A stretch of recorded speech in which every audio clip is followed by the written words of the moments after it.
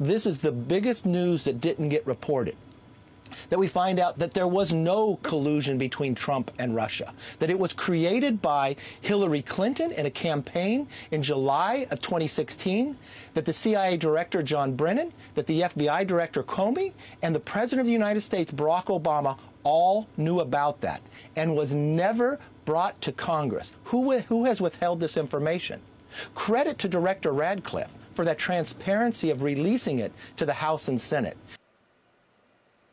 That was GOP House Minority Leader Kevin McCarthy on this program back in October of 2020, after then Director of National Intelligence John Ratcliffe declassified notes confirming that the Steele dossier was completely fabricated by Hillary Clinton's campaign. John Ratcliffe, the man who exposed this and other Russia lies, joins me right now. Congressman, Director, it's great to see you. Thanks very much for being here, and thank you for all of your work all of these years, John. Well, you as well, Maria. You've been an important part of getting this story out to at least some of the American people, and I'm glad that, you know, the developments that have happened this week, that some of the American people are getting to see some of the information that I saw as the Director of National Intelligence that was so important. And it was so important for you to get this out. There is now a third indictment. We'll show those three indictments on the screen right now. And then I want to get into the two most important items that you declassified. You declassified these things before the election of 2020. And you also identified what specifically happened. Let's talk about John Durham's handwritten notes and what they say. This was one of the most important things that declassified. John Brennan, sorry, listen to me. John Brennan's notes, and they were handwritten notes, and we're going to show them on the screen right now. Tell me what they said. Yeah, so let's start at the beginning. You know, we talked about this. I talked on this show with you about many things as a member of Congress, but when I became the Director of National Intelligence, I said, listen, I want to see all of the intelligence about this supposed Russian collusion. And what I found was, and as you're finding out, is there was, of course, no Russian collusion between the Trump campaign and Russia. But what I did see in intelligence documents, some of which I've now declassified, that there was collusion involving the Clinton campaign and Russians to create a dossier. And so what John Brennan's notes reveal is, you know, we talk about these indictments. Igor Danchenko is now the third person to be criminally indicted in connection with the Steele dossier for peddling something that was known to be false to the FBI. But what's important here is John Brennan's own notes reflect, and the other document that I declassified show that our intelligence community and our FBI knew this ahead of time, that Hillary Clinton, we had specific intelligence that Hillary Clinton was creating a plan to vilify Donald Trump, to falsely accuse him of ties to Russia. And the intelligence community and the FBI knew this. And President Obama, Vice President Biden were briefed by John Brennan and James Clapper and Jim Comey in early August of 2016. And John Solomon's earlier point was right. It all should have stopped at that point. Everything related to the Steele dossier was known to be untrue, but yet it was the predicate for moving forward with an unjust, unfair, and ultimately now everyone accepts a criminally negligent investigation against the Trump campaign. It was a crime to investigate Donald Trump because there was no probable cause, as FBI Director Christopher Wray has admitted under oath. There was no probable cause for those FISA applications because they used the Steele dossier and it was phony. So to underline John Brennan's notes, he says there was an exchange, and it shows us that Hillary Clinton has approved a plan concerning U.S. presidential candidate Donald Trump and Russia and tying him to a scandal there. From then you have the CIA telling the FBI, this is the second most important document that you declassified. And this is what's called a CIOL. This is a counterintelligence operational lead. It's the CIA telling the FBI, we have this information. Hillary has cooked up this plan against Donald Trump. You need to investigate it. Tell me more. Yeah, so why it's unfortunately what happened there is the CIA, because it can't use our intelligence authorities under the law can't be used for domestic purposes, and because this involved Hillary Clinton's campaign and people associated with it, a referral had to be made to the FBI. Unfortunately, as you see from that document, The referral went to disgraced FBI agent Peter Strzok, who had just weeks before receiving that referral had sent text messages promising to F Trump, to stop Trump, to make sure Trump would never become president.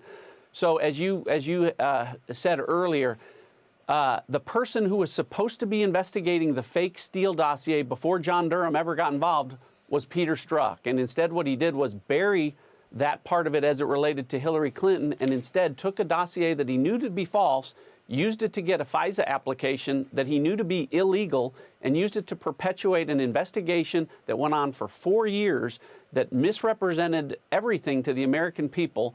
And that's why everyone associated with the Steele dossier, with its creation, its peddling to the FBI, and its use by law enforcement authorities against the Trump campaign illegally, is in criminal jeopardy right now. So do you think that that is what John Durham is looking at? Do you think we will see potential indictments? Well, I know that, Maria, because as you know, many of the documents that John Durham is using are documents that I gave him. So I declassified the documents that we've talked about, but I gave John Durham over 1,000 other documents that have not yet been declassified that I know include intelligence that goes specifically to this criminal activity that would be the basis for further indictments. And, you know, again, what happened with the Steele dossier, a grand jury is saying was criminal in nature, and I expect that all of the folks that are involved with creating it and peddling it falsely would be in jeopardy. And I know that that's what John Durham is looking at. And as I talked about, you know, this goes to the highest levels of our government and the government agencies involved. And we have pictures of meetings in the Oval Office with President Obama and John Brennan, when we assume John Brennan told President Obama that he had this information. We're going to show those pictures right now of the Oval Office where President Obama, Joe Biden were briefed by John Brennan saying Hillary Clinton has cooked up this plan to ensnare her opponent, Donald Trump. And this was way before Inauguration Day of Donald Trump. This was in 2016. Right. August of 2016. But those pictures I'm saying, yeah, August of 2016, right. And these pictures, we don't know if they were August, September, or October, yeah. Well, the briefings occurred in August of 2016, so several months before the election. And again, Peter Strzok and folks at the FBI knew that the Steele dossier and was a Hillary Clinton creation. And as the Danchenko indictment reflects, Maria, not only did Hillary Clinton commission the creation of the Steele dossier, people that worked for her served as the sources for that information.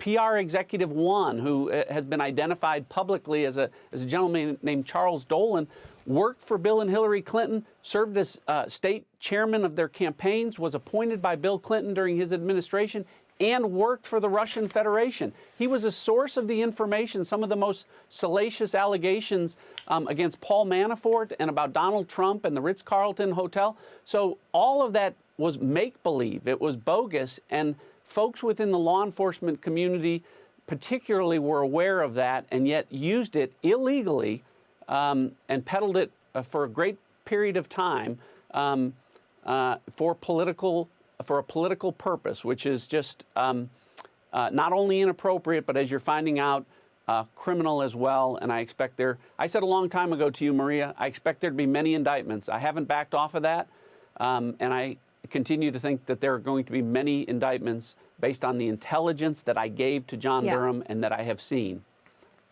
Yeah, and what happens to all of your colleagues on the left who attacked you throughout the years that you were trying to educate and inform the American people? Adam Schiff saying that there was collusion in plain sight. He saw what you saw as a congressman.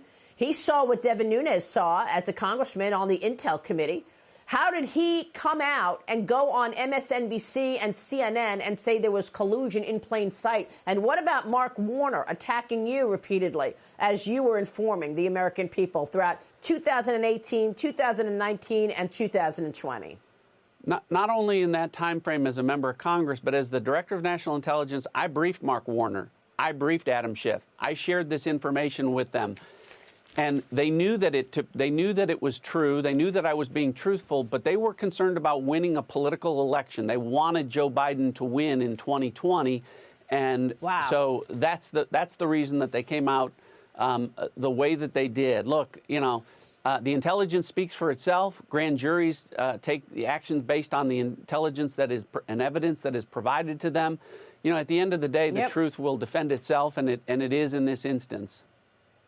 It's great to have you this morning, and thanks very much for all of your truth-telling, John. Good to see you. John Ratcliffe joining us this morning. We'll be right back. Stay with us.